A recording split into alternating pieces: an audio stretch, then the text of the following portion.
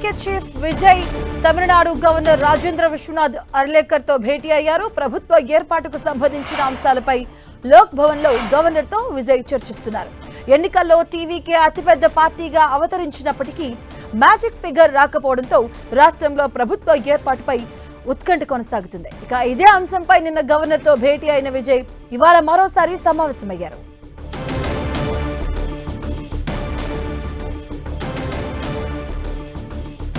ఈరోజు మరోసారి లోక్ భవన్ కు వెళ్లారు టీవీకే చీఫ్ అధినేత విజయ్. అసెంబ్లీలో బలం నిరూపించుకుంటానంటూ కూడా గవర్నర్ కు తెలియజేసినట్టు తెలుస్తుంది. ప్రభుత్వ ఏర్పాటుపై గవర్నర్ తో చర్చలు జరుపుతూ ఉన్నారు. ఎక్కువ సీట్లు గెలిచిన పార్టీగా తమకే అవకాశం ఇవ్వాలంటూ కూడా గవర్నర్ కి కోరినట్టుగా తెలుస్తూ ఉంది. టీవీకే చీఫ్ విజయ్ కాంగ్రెస్ మద్దతు లేక అలాగే మంత్రుల జాబితాను కూడా గవర్నర్ కు అందించారు. టీవీకే చీఫ్ విజయ్ తమిళనాట రాజకీయాలు రసవత్తరంగా మారుతున్నాయి. మరోసారి గవర్నర్ తో భేటీ అయ్యారు విజయ్.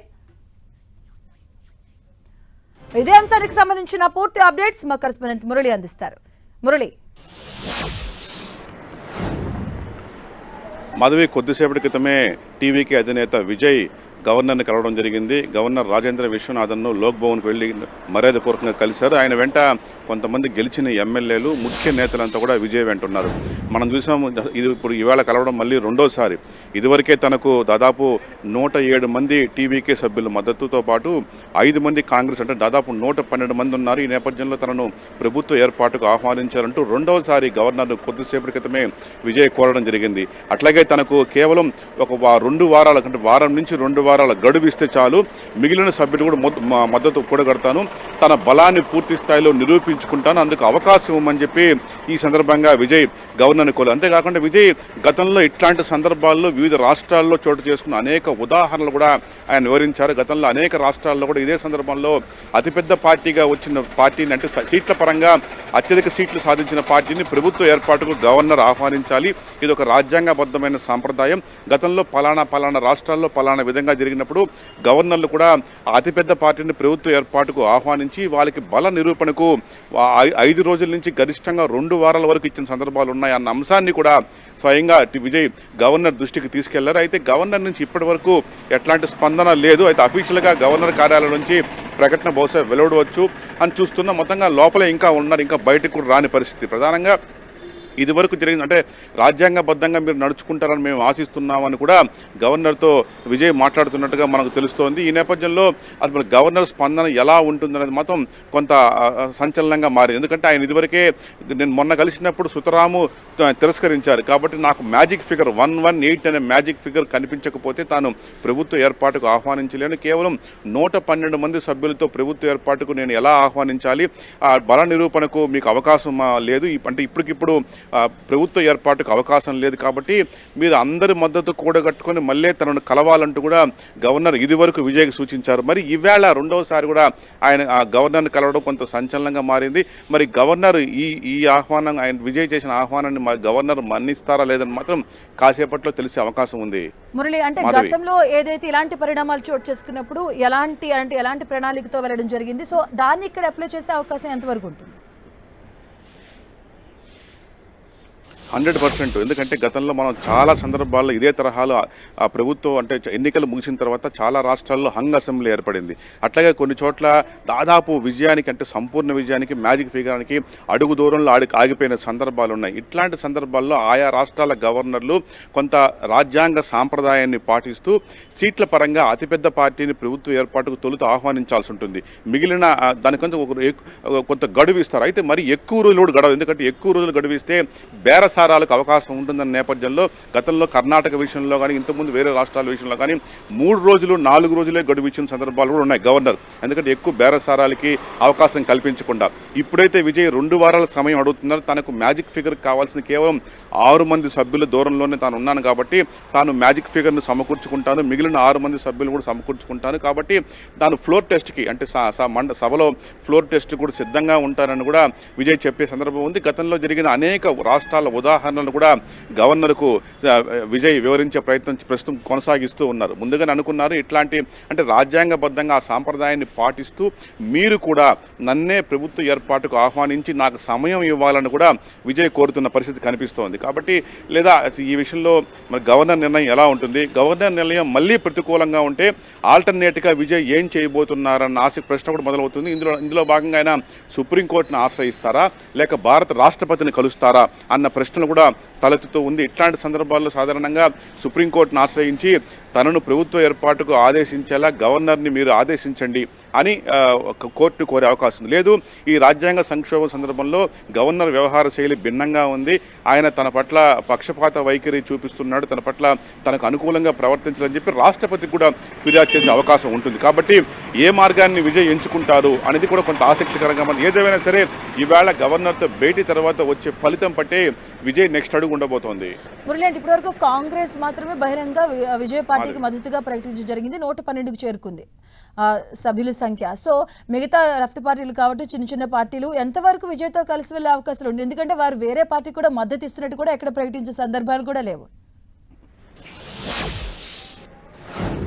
ఇప్పటి వరకు మిగతా పార్టీలు ఏ పార్టీ నుంచి కూడా తాము విజయ్ పార్టీకి మద్దతు ఇస్తున్నట్టు ఇప్పటి వరకు ఎలాంటి ప్రకటన రాలేదు, ఒక్క కాంగ్రెస్ పార్టీ తప్ప.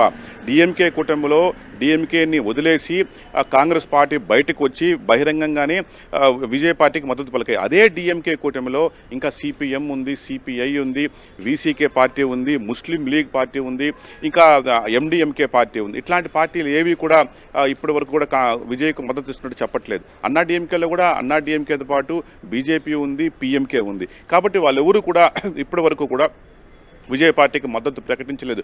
కేవలం కాంగ్రెస్ పార్టీ మాతో కూటమిలో డిఎంకే కూటమిలో ఉన్న మాతో పాటు కలిసి ఎన్నికల్లో పోటీ చేసిన కాంగ్రెస్ పార్టీ ఉన్న పలంగా విజయ్ పార్టీకి మద్దతు పలకడాన్ని డిఎంకే కూటమిలోని వామపక్ష పార్టీలు వీసీకే పార్టీ ఏమాత్రం జీర్ణించుకోలేకపోయింది. కలిసి మన ఎన్నికల్లో పోటీ చేసాం, మీరు ఉన్న పలంగా మాతో ఒక మాటగా చర్చించకుండా మీరు విజయ్ పార్టీకి ఎలా మద్దతు పలుకుతారని వామపక్ష పార్టీలు గత 2 రోజులుగా గుర్రుగా ఉన్నాయి. ఈవెన్ వీసీకే పార్టీ అధినేత తిరుమావలవన్ కూడా మీడియాతో మాట్లాడడం జరిగింది. ఆయన కూడా కాంగ్రెస్ వ్యవహార శైలి తప్పుపట్టారు. ఈవెన్ కాంగ్రెస్ వ్యవహార శైలి పట్ల డిఎంకే కూడా అసంతృప్తిగా ఉంది. మనం కలిసి ఎన్నికల్లో వెళ్ళాం, తీరా మీరు మమ్మల్ని వదిలేసి ఉన్న పలంగా టీవీకేకి ఎలా వెళ్తారని చెప్పి. కాబట్టి డిఎంకేలో ఇట్లాంటి చీలికలు ఒక కాంగ్రెస్ పార్టీ వల్లే కొంత చీలిక వచ్చింది. ఈ నేపథ్యంలో కాంగ్రెస్ పార్టీ వ్యవహార శైలి నచ్చకే అన్ని పార్టీలు కూడా విజయ్తో జత కట్టడానికి ఏమాత్రం అంగీకరించట్లేదు. ఈ పరిణామాలంతా కూడా విజయ్ ఏమాత్రం ఊహించలేదు. కాబట్టి వాళ్ళు వస్తారనే భావించారు, కానీ తీరా కాంగ్రెస్ ముందుగా రావడంతో ఈ వ్యవహారం అంతా కొంత రివర్స్ అయిందని మనం భావించాల్సి ఉంటుంది. ఏదేమైనా సరే ఇంకా కూడా విజయ్లో కొంత ఆశ ఉంది. మరోవైపు డిఎంకే నుంచి అన్నా డిఎంకే నుంచి కూడా కొంతమంది స్వతహాగా వచ్చి తనకు మద్దతు పలుకుతారని విజయ్ చాలా ఆశాభావంతో ఉన్నారు. మరి ఎట్లా జరగబోతుంది, గవర్నర్ నిర్ణయం ఎలా ఉండబోతుంది అనేది కొంత ఇప్పుడు అత్యంత ఆసక్తికరంగా ఉంది. రాజకీయాల్లో ఒక సస్పెన్స్ అయితే కొనసాగుతూనే ఉంది ఎన్నికల ఫలితాల తర్వాత అప్పటి నుంచి కూడా. అలాగే ఇప్పుడు ఈ రోజు కూడా స్టాలిన్ కూడా ఒక వీడియో రిలీజ్ చేశారు. అంటే 6 నెలలు మీరు టైం ఇస్తాం, అంతవరకు ఎటువంటి ఇబ్బంది పెట్టడం అని. అలాగే మరోవైపు అన్నా డిఎంకే అధినేత పళనిస్వామి కూడా గవర్నర్ని కలవబోతున్నారన్న వార్తలు కూడా వినిపిస్తున్నాయి. సో తమిళనాట రాజకీయాలు మరింత ఎలాంటి పరిణామాలు ఉండే అవకాశం ఉంటుంది? ఖచ్చితంగా స్టాలిన్ అయితే ఆ మేరకు ఒక వీడియో రిలీజ్ చేశారు. అంటే ప్రభుత్వ ఏర్పాటుకు తాము ఎట్లాంటి అడ్డంకులు సృష్టించబోము, మీరు అనుకున్నది చేయండి, మిమ్మల్ని ఎక్కడా కూడా ఇబ్బంది పెట్టే ప్రశ్న ఉండదని ఒక వీడియో రిలీజ్ చేశారు. అయితే ఆయన ఏ కాంటెక్స్ట్లో రిలీజ్ చేశారని మాత్రం ఇంకా తెలియాల్సి ఉంది. మరోవైపు అన్నా డిఎంకే అధినేత పళనిస్వామి గవర్నర్ అపాయింట్మెంట్ కోరని ప్రచారం జరుగుతున్నప్పటికీ ఇప్పటి వరకు అఫీషియల్గా ఏమీ లేదు. అంటే ఆయన ఏ కారణంగా కోరే అవకాశం ఉంది? వారి వద్ద ఉండేది కేవలం 47 మంది ఎమ్మెల్యేలు మాత్రమే. ఈ నేపథ్యంలో బీజేపీ నుంచి ఒకరు గెలిచారు, వాళ్ళు ఒక్కరే ఉన్నారు. అట్లాగే పిఎంకే నుంచి 4 ఉన్నారు, వాళ్ళు కూడా అన్నా డిఎంకే కూటమిలో ఉన్నారు. కాబట్టి ఆయన వీళ్ళందరితో కలిసి గవర్నర్ని ఎందుకు కోరుతారు, ఏ కారణంగా ఆయన కోరి ఏం అంటే కలిసి ఏం కోరబోతున్నారు కూడా సస్పెన్స్ ఉంది. ఏదేమైనా సరే పళనిస్వామి గవర్నర్ అపాయింట్మెంట్ కోరినట్లుగా ఇప్పటి వరకు ఎట్లాంటి అఫీషియల్ సమాచారం అయితే లేదు. ఏదేమైనా ఇప్పుడు విజయ్ గవర్నర్ని కలవడమే కొంత సెన్సేషన్గా మారింది. గవర్నర్ నుంచి ఏ రెస్పాన్స్ వస్తుందన్న దాన్ని బట్టే తమిళ రాజకీయాలు ఈ మధ్యాహ్నం తర్వాత మరింతగా మలుపు తిరిగే పరిస్థితి కనిపిస్తోంది. అంటే మురళి ఈ రోజు గవర్నర్ కలిసినప్పుడు ఎంతమంది సభ్యులతో అంటే విజయ్ లేఖను సమర్పించడం జరిగింది, అలాగే దాని పరిణామాలు ఎలా ఉండే అవకాశం ఉంటుంది? ఖచ్చితంగా అంటే చాలామంది సుమారు 10 మందితో కలిసి విజయ్ గవర్నర్ని రెండోసారి కలిశారు. ప్రధానంగా ఆయనకు ముఖ్య సహచరుడు అదవ్ ఆనంద్, అట్లాగే ఆనంద్ అనే వ్యక్తి, అదవ్ మాధవ్ అనే వ్యక్తి, ఇంకోటి షెంగోటియన్ మాజీ మంత్రి సీనియర్ లీడర్ షెంగోటియాను, అట్లాగే సిటీలో గెలిచిన కొంతమంది ఎమ్మెల్యేలు, చెన్నై నగరంలో ఎమ్మెల్యేలు వారితో వెళ్లి కలిశారు. మరోవైపు మిగిలిన ఎమ్మెల్యేలంతా కూడా తను అనుకున్న మహాబలిపురం రిసార్ట్లోనే ఉండాలని చెప్పి కూడా ఆయన ఆదేశం జరిగింది. చాలా మంది ఎమ్మెల్యేలు నిన్న ఈవినింగ్ చాలా మంది ఊర్లోకి వెళ్ళిపోయినప్పటికీ అత్యవసరంగా వారిని వెనక్కి పిలిపించడంతో అందరూ కూడా తిరిగి వచ్చి మహాబలిపురం రిసార్ట్ చేరుకున్నారు. ఇదే సందర్భంలో అన్నా డిఎంకే ఎమ్మెల్యేలు కూడా పాండిచ్చేరి దగ్గర ఉన్న ఒక ప్రైవేట్ రిసార్ట్లో అందరూ కూడా అందుబాటులో ఉండాలని చెప్పి అన్నా డిఎంకే ఎమ్మెల్యేలంతా కూడా సపరేట్. మొత్తంగా తమిళనాట రిసార్ట్స్ రాజకీయం అయితే ప్రస్తుతం కొనసాగుతుంది. అయితే మొత్తంగా ఇప్పుడు ఈ మా గవర్నర్ స్పందన బట్టే తదుపరి విజయ్ కార్యాచరణ అయితే ఉండబోతోంది. మాధవి. Thank you Murali.